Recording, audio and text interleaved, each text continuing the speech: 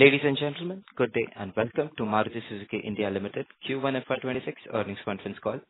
As a reminder, all participant lines will be in the listen-only mode, and there will be an opportunity for you to ask questions after the presentation concludes. Should you need assistance during the conference call, please signal an operator by pressing star then zero on your touchtone phone. Please note that this conference is being recorded. I now hand the conference over to Mr. Pranav. Thank you, and over to you, sir. Thank you, Avirat. Ladies and gentlemen, good afternoon once again. Welcome you all to Q1 FY26 earnings call. May I introduce you to the management team from Maruti Suzuki. Today we have with us our Chief Investor Relations Officer, Mr. Rahul Bharati, and CFO, Mr. Arnab Roy. Before we begin, may I remind you of the safe harbor. We may be making some forward-looking statements that have to be understood in conjunction with the uncertainty and the risk that the company faces. I also like to inform you that the call is being recorded and the audio recording and the transcript will be available at our website. May please note that in case of any inadvertent error during this live audio call, the transcript will be provided with the corrected information. The call will begin with a brief statement on the performance and outlook of a business by CARO and Senior Executive Officer, Corporate Affairs, Mr. Rahul Bharati, after which we'll be happy to receive your question.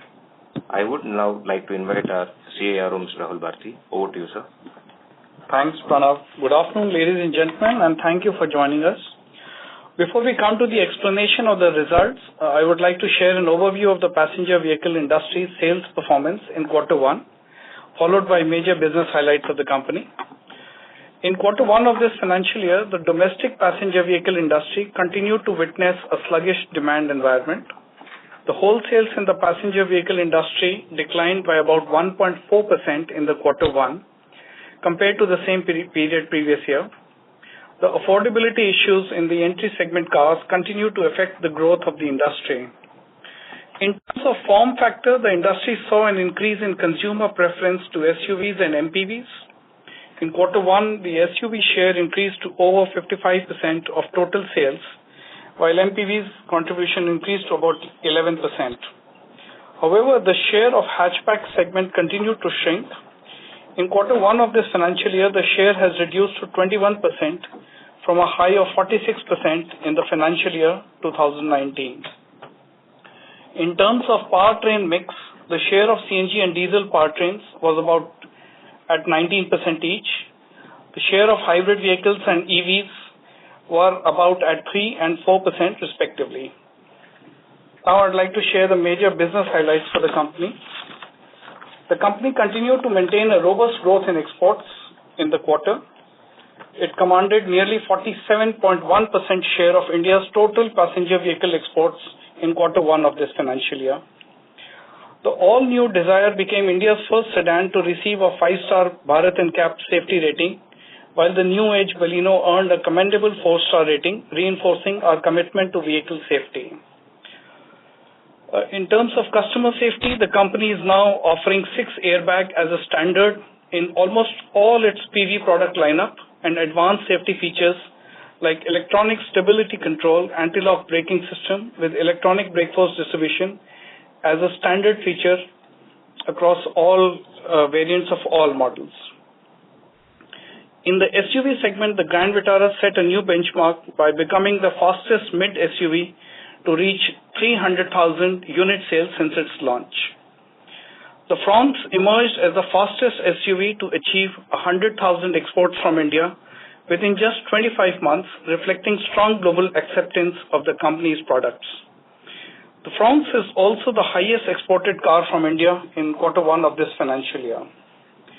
The company celebrates 20 years of its iconic Swift. Since its launch, the Swift has evolved through 4 generations and continues to resonate strongly with customers, having accomplished the milestone of over 3 million customers in India. In terms of service network, the company inaugurated its 5,500 service touchpoint, bringing the total number of service bays to about 40,000 across 2,764 cities of India. The company achieved a historic milestone in May 2025 by servicing over 24.5 lakh vehicles in a single month. The company continues to accelerate its efforts to enhance the share of renewable energy across its operations. You may be aware we had increased the capacity of our solar generation to 78.2 megawatt at peak. Looking ahead, the company plans to scale its solar capacity to 319 megawatt by financial year 2031.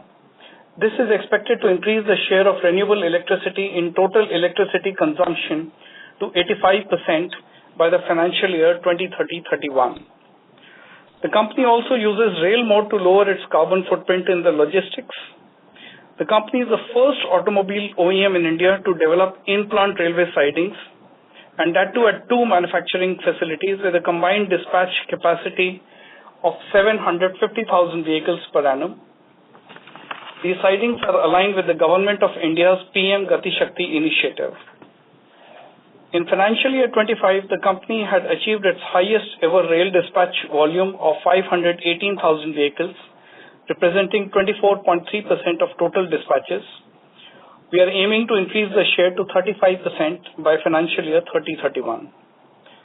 To accelerate electric vehicle adoption, the company introduced customized training program at 130 industrial training institutes called ITIs as part of its CSR. The first batch of over 4,000 trained students will be ready to join the automobile industry from September 2025 onwards. They are free to join either Maruti network or any company in India.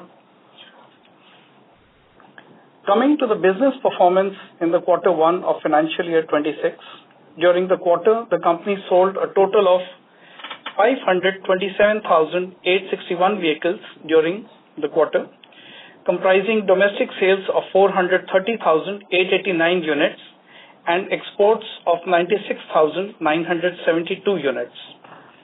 A decline in domestic sales of 4.5% was compensated by a robust 37.4% growth in exports, resulting in an overall sales volume increase of 1.1% for the quarter year-on-year.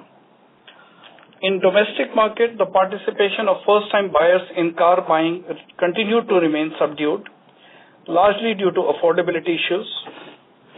For the sake of clarity, since this definition has come up, first-time buyers refers to first ever car purchase in the family, not the first ever purchase by an individual. Given the demand situation, the company calibrated its wholesales while maximizing retail sales. In the quarter, the demand environment in the rural market was quite better as compared to urban markets, and the early onset of monsoon has helped improve consumer sentiment in rural markets. The consumer preference towards CNG vehicles continues to increase. In quarter 1, every 1 in 3 cars sold by the company in the domestic market was a natural gas vehicle. Coming to financial results, during quarter 1 of financial year 26, the company registered net sales of rupees 366.2 billion as compared to rupees 338.7 billion in the same period previous year. The net profit in the quarter was rupees 37.1 billion compared to rupees 36.5 billion in quarter 1 of the financial year 25. Since investors look for a sequential comparison, I'll share. On a sequential basis, while the overall sales volume declined by 12.7%, the net sales declined at a slower pace by 5.7% owing to favorable mix. Sequentially, the operating profit margin EBIT has come down to 8.3% of net sales compared to 8.7% in quarter 4 of financial year 25. And it's a result of some adverse factors, some positive factors. I'll list them both. The adverse factors were the operating leverage was unfavorable by about 60 basis points. Commodities largely on account of steel was adverse by 40 basis points. Forex adverse by 40 basis points. Employee cost higher by 50 basis points, largely on account of seasonality. As you may be aware, the commercial production of Greenfield plant at Kharkhoda Phase 1, having a capacity of 250,000 units per annum, has started in the quarter 4 of financial year 25. Being a new plant, it will take a while for the production to scale up. However, the overheads and depreciation associated with new plant is getting captured in the P&L. The hit on the margin because of this is about 30 basis points, which should go away as the utilization goes up. These adverse expenses were partially offset by a favorable mix of about 30 basis points, lower advertisement expenses of about 60 basis points. You may also be aware there was a lumpiness of about 90 basis points in Q4 of financial year 25. Now in quarter 1 this year, this has reversed. Additionally, it is to be noted that the benefit in terms of forex and commodities of about 50 basis points is accrued due to hedging gain, and because of the nature of income, this benefit is accounted in non-operating income and is not captured in the operating margin in our accounts. I may also like to flag for our analysts that our subsidiary SMG has reported an interest income on their cash of about rupees 400 million at the PAT level, though this has not been accounted in our standalone PAT. That brings me to the end of the financial results, and we are now ready to take your questions, feedback, and any observations that you may have. Thank you. Thank you very much. We will now begin the question and answer session. Anyone who wishes to ask a question may press star and 1 on the touchtone telephone. If you wish to remove yourself from the question queue, you may press star and 2. Participants are requested to use handsets while asking a question. Ladies and gentlemen, we'll wait for a moment while the question queue assembles. The first question is from the line of Raghunandan from Nuvama Research. Please go ahead. Thank you, sir, for the opportunity. Sir, firstly, on net sales per unit, it has gone up 8% QOQ. It is at the highest ever level. If you can talk about what has led to this ASP increase and whether this is sustainable, is there any one-off in that? Thank you. There's no one-off. It's a simple function of the mix of the models, so higher SUVs, lower smaller cars. That's all. Got it, sir. And the 8-day commission is expected next year. How do you see the positive impact on four-wheeler demand to shape up next year? And for us, what has been the contribution of government employees in sales?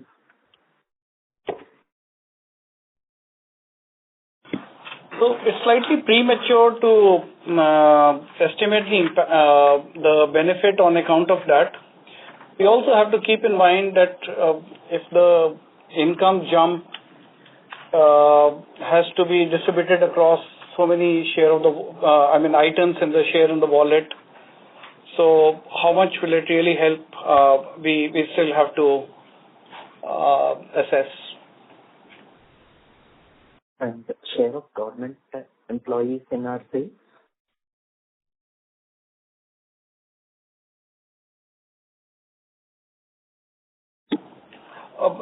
Depending upon the definition, because different people have different definition, we can take it around mid-teens. Thanks for that, sir. And can you please indicate the retails for Q1 and dealer inventory at end of the quarter? The dealer inventory is fairly in control. In fact, we have been the most conservative probably in the industry to manage it well, and we've been calibrating our wholesales to bring into account. So it's just about 33 days. Got it, sir. And just the last thing before I fall back, if you can share the discounts and exports number.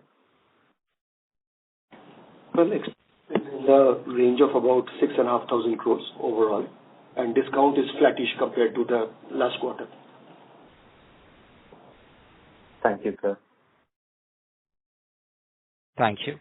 The next question is from the line of Amyn Pirani from JP Morgan. Please go ahead.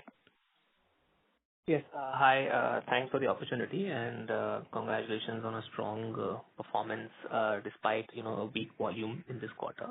My first question is on the whole commentary around the rare earth.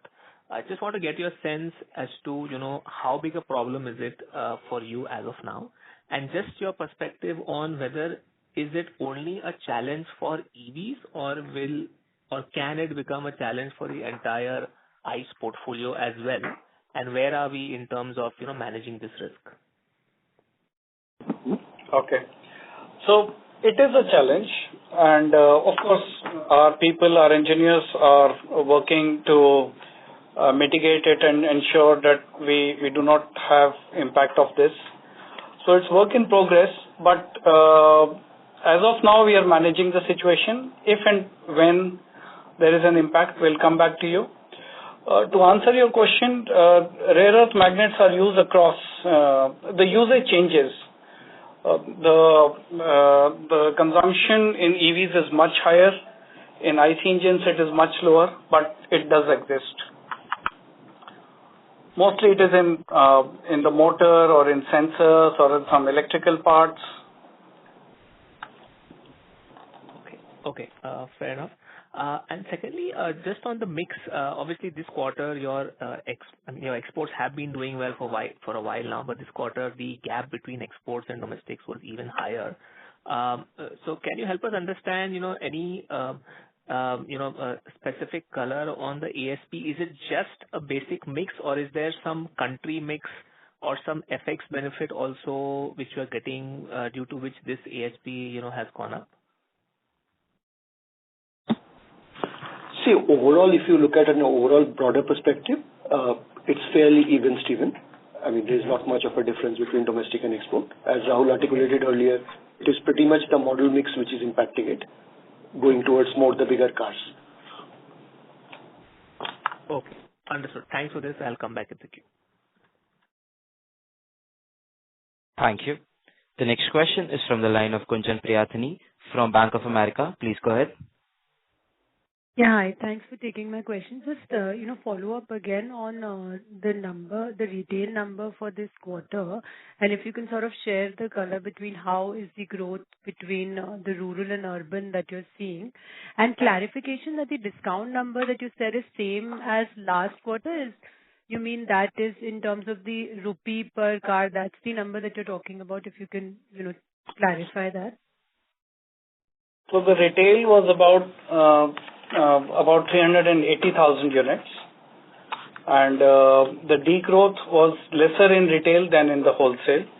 At the retail level, our degrowth was about 3.7% year on year, while industry degrowth was about at 1.5% year on year. And your other question was? Other question was on discount. Yes, it is flat on a rupees per car basis, flattish. Okay, got it. And any color on urban, like you said, degrowth. Is there any difference that you're seeing between rural and urban, that rural is doing well or is positive? Some thoughts around that. Yeah, so rural is doing better than urban. Yes. Would rural be positive? Yes, rural is positive. Okay. Sorry, just last clarification on this. And rural salience for us now stands at what? Like how much share does rural account? We used to monitor this parameter a few years ago, but now the lines are getting hazier. So now we don't put it in so hard buckets of urban and rural. But generally speaking, directionally, rural is doing better than urban. Okay. And the second question is more on the demand environment. Of course, it's been quite soft start to the year. How should we directionally be thinking about demand heading into festive or second half of the year? And we do also have a launch pipe, 2 launches that we spoke about. So, are we still confident on that guidance of 2 to 3% industry and us outperforming? So, in the beginning of the year, yes, the industry body had given a kind of a guess of 1 to 2% growth. Q1 has not been up to the mark. Q2 has some positives. We are waiting for the festive season. There are other positives also, like the monsoon, and rural is holding up. So we are looking at Q2 and the festive season with optimism. Part of the festive season runs into Q3 also. So we are hoping that it should be a better festive season than what we have seen in the financial year so far. And you're right, we have two strong launches, both in the SUV space, one in electric, the other not in electric, and they're both in this financial year. So we have some optimism towards that. Okay, got it. Just last one on CAFE norms. A lot of noise has been there in the press around, the conversations with the government. Now, of course, there is still to be, it's still to be finalized. But can you share some thought process around how is there an acceptance to revisit, be it small car, be it hybrid? How are the conversations around the emission norms, and when should we see better clarity on this? See, to the extent the discussions are in SIAM, I won't be able to answer because SIAM is the best spokesperson for that.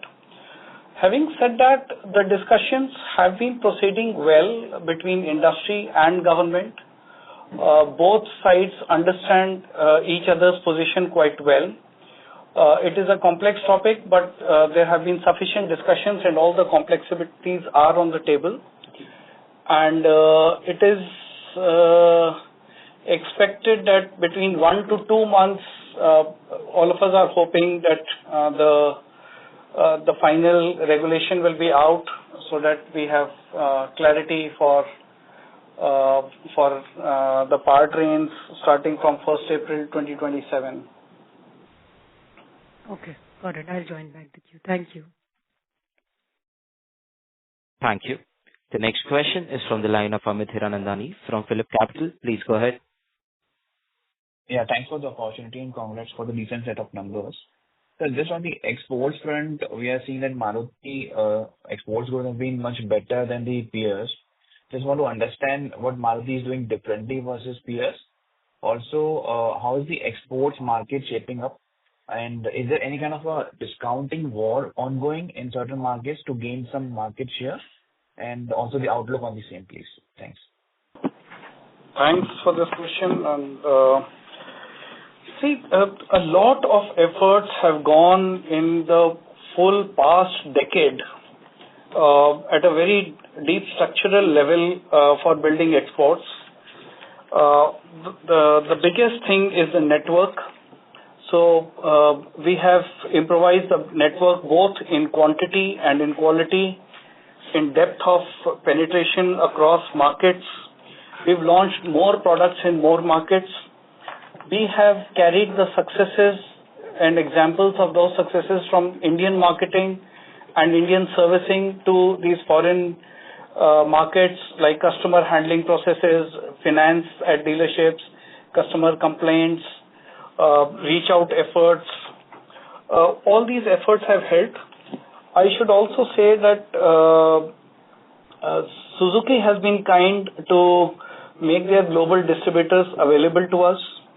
So in Q1, it is so interesting that the rest of industry, if we exclude Maruti, there was a negative growth of 2.1%.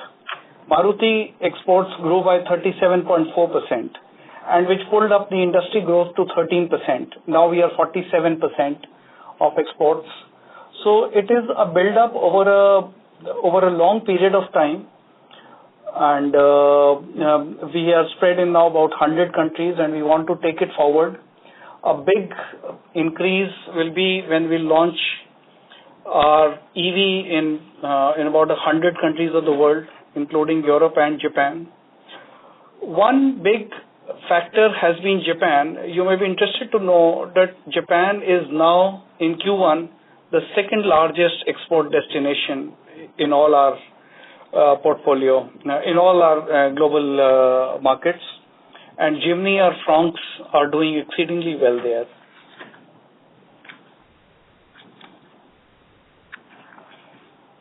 Yeah. So commendable work, sir, on the export front. Sir, my second question is basically I want to understand more on the upcoming launches and how much percentage would be Sorry, SUVs. I missed. Sorry to interrupt you.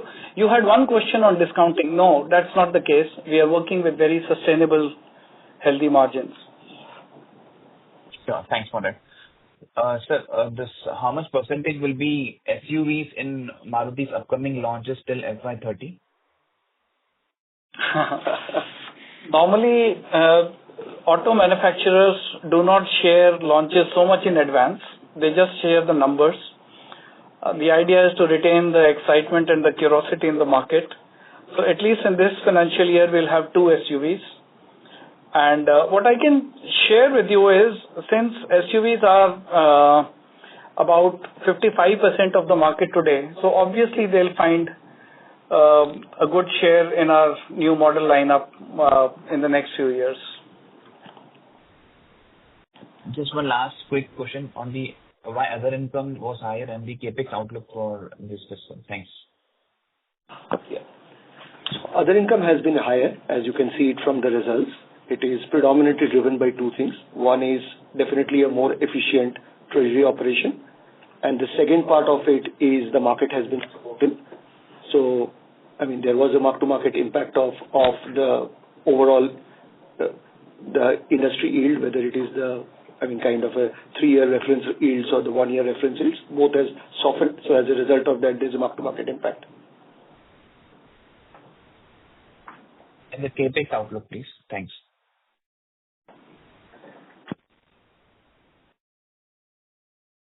Being as per plan overall. So, I mean, we had an outlook of about close to 10,000 crores for the year, and we are tracking at about the run rate. We are around 25%-ish for the quarter 1. All the best. Thank you, sir. Thank you. The next question is from the line of Vinay from Morgan Stanley. Please go ahead. Hi, team. Thanks for the opportunity. My question is on, supply chain resilience when it comes to electric vehicles. Is there a discussion between the SIAM and the government? Because on one side, every company in this earnings call has come out and said that electric vehicle ramp up outlook in the near term is uncertain.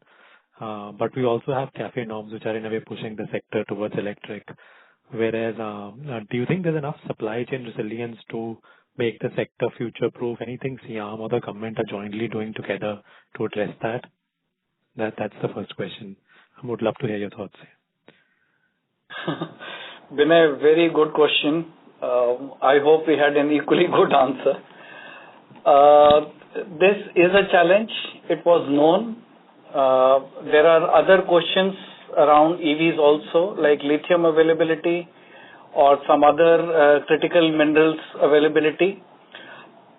Fortunately, the government is seized of the matter and they are taking a realistic view. The ministries are talking to each other. So there is some level of understanding on this. Therefore, in CAFE norms, a multi-powertrain approach or a strategy is a much de-risked one. We are ambitious on EVs and we are ambitious on other clean technologies also. Supply chain resilience is not fully established, but industry is working towards it. It may involve some cost, and there are also efforts on other fronts, whether some magnets can be made elsewhere, either in India or abroad. The government is working on those kind of efforts also. So it's the kind of uncertainty that you see in business, and you have to take those challenges in your stride. Yeah, right. Secondly, Rahul, just on the coming festival season, like you talked about, you'll have 2 SUV launches coming through to that. Any thoughts of, market share gain versus cannibalization? Anything you want to share about both of them? Anything different that you're trying to do so as to maximize the impact and have more market share gain in the SUV space? See, one of our SUVs is the EV, you're aware, Correct. And we have taken many steps to give the consumer a lot of confidence particularly after sales. For example, fast charging, charging at home, 24/7 assistance, service on wheels, and everything that Maruti stands for, service, proximity, support, etc. So that should increase confidence in EVs in India and increase adoption also. And your question on cannibalization, this has been a question for the past, I would say, 20 years. Correct. If you have a big portfolio and you space your models close to each other so that every space is filled, so this is a kind of a risk that we have handled in so many product launches in the past. And our idea is the total volume should go up. Right. So because especially with regard to the other launch, not the EV one, the other SUV, is where, because it is going to the arena platform. We have to keep in mind, and only Maruti Suzuki has this advantage in India, that we have two channels now, distribution channels. We have the Nexa, right. We have the Arena. So we go granular in serving the customer. Great, Rahul. Best wishes for the two launches. Thank you. Thank you. The next question is from the line of Rishi Vora from Kotak Securities. Please go ahead. Yeah, thank you for the opportunity. Just first on the EV launch, so when are we going to export the product? Is it like this month or is it within the next 2 months? So we have to dispatch cars to about 100 markets of the world, including India. And so some amount of staggering will take place, but we'll start very soon and we'll complete all within this financial year. Right. So it has not happened in the month of July, right? Today is the last day of July. So it has not happened today. Okay. Sorry? Yeah, understood. And secondly, on the Grand Vitara volumes, we have seen quite a significant decline in the volumes. So anything you want to highlight over there, what is happening over there and why there has been such a steep fall?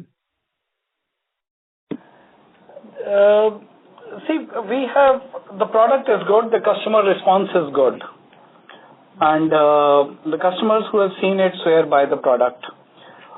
We will be going in a sustainable manner, and if there are any desperate measures in the market by some players, a company like Maruti Suzuki will not be affected too early.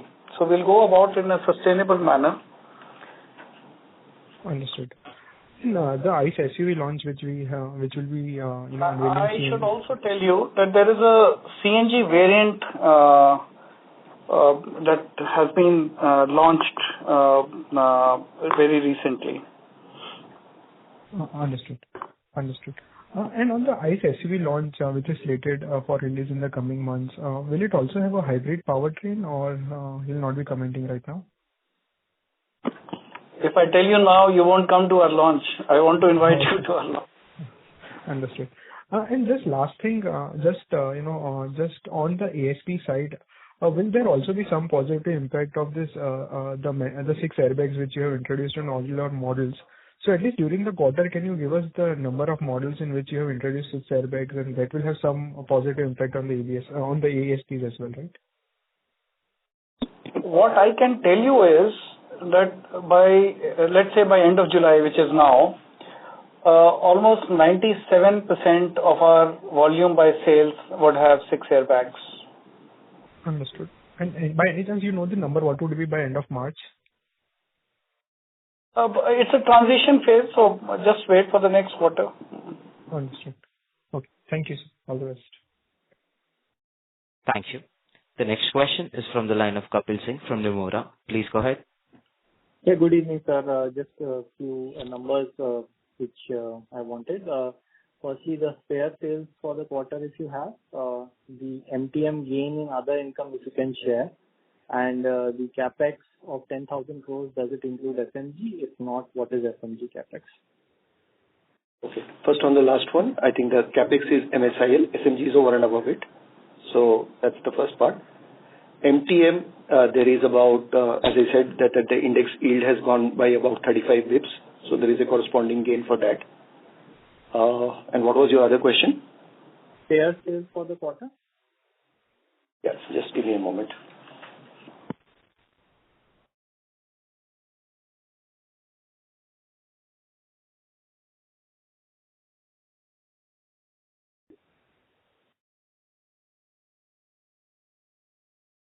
The growth is about 13%. I don't think we have the exact number right away. The growth is around 13%. Okay. Sir, how much cash do we have and what is the yield we have on the treasury book?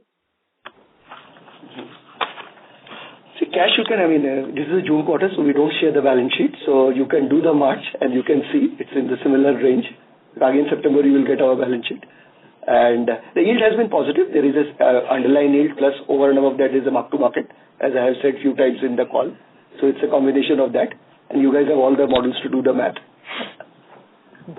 Right, sir. One question I had on the electric vehicle launch in the global markets, particularly Europe and Japan, since you've been, doing groundwork on these markets where you're launching. Any understanding, general understanding of European and Japanese market you could give, like what are the adoption rates for electric vehicles, how you are seeing that market progressing and the competitive intensity in those markets as well? Any qualitative color would be helpful. Interesting. So Europe today has about 12% EV penetration, but the appetite is high. So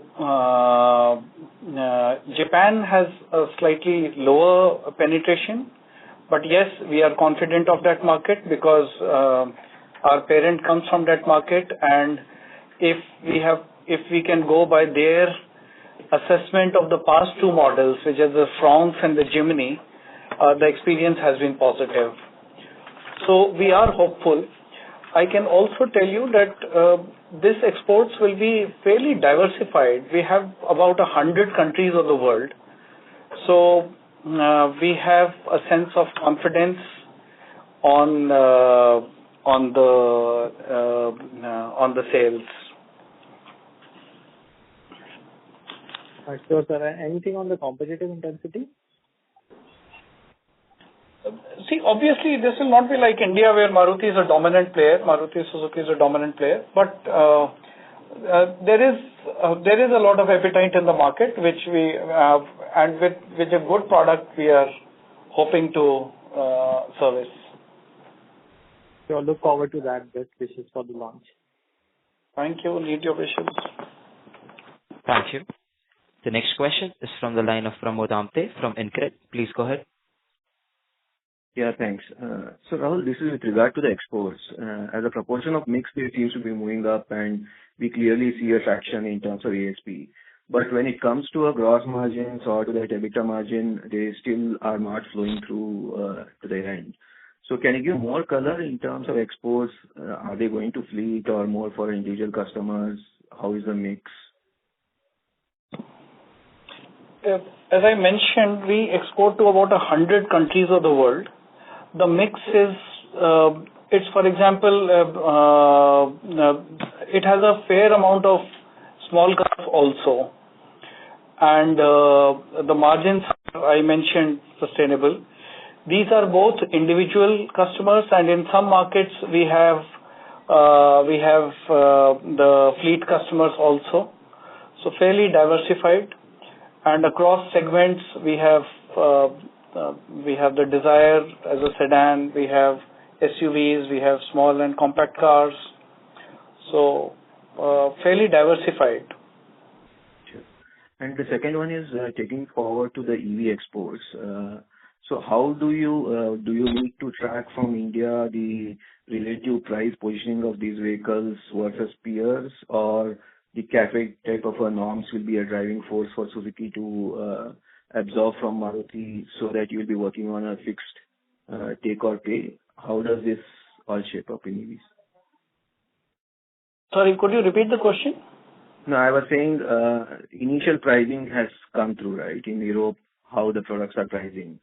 So at the end of the day, do we need to see the competitive pricing of these products in those end markets and how the demand will shape up for India exports, or you feel the regulatory compliances like CAFE, which will make Suzuki to absorb Maruti imports of EVs? See, how they price it in their markets is their concern. But of course, since we have to export from here, we definitely need our profit. And the market has an appetite for so many reasons. The market pressure, peer pressure, competitive pressure, regulatory pressure, the environment concerns. So there is an appetite, as I mentioned, in the European market, and we are positive about it. And you will be working on quarterly targets of pushing volumes to the parent based on the demand, or how does it going to shape up as you go forward? So like it happens in all markets, every market has a customer appetite, and there's a demand forecasting. So we will be manufacturing to such forecasts, and we'll be shipping our cars. Okay, sure. Thanks a lot, Mr. Thank you. Ladies and gentlemen, we take this as the last question for the day. On behalf of Maruti Suzuki India Limited, that concludes this conference. Thank you for joining us, and you may now disconnect your lines.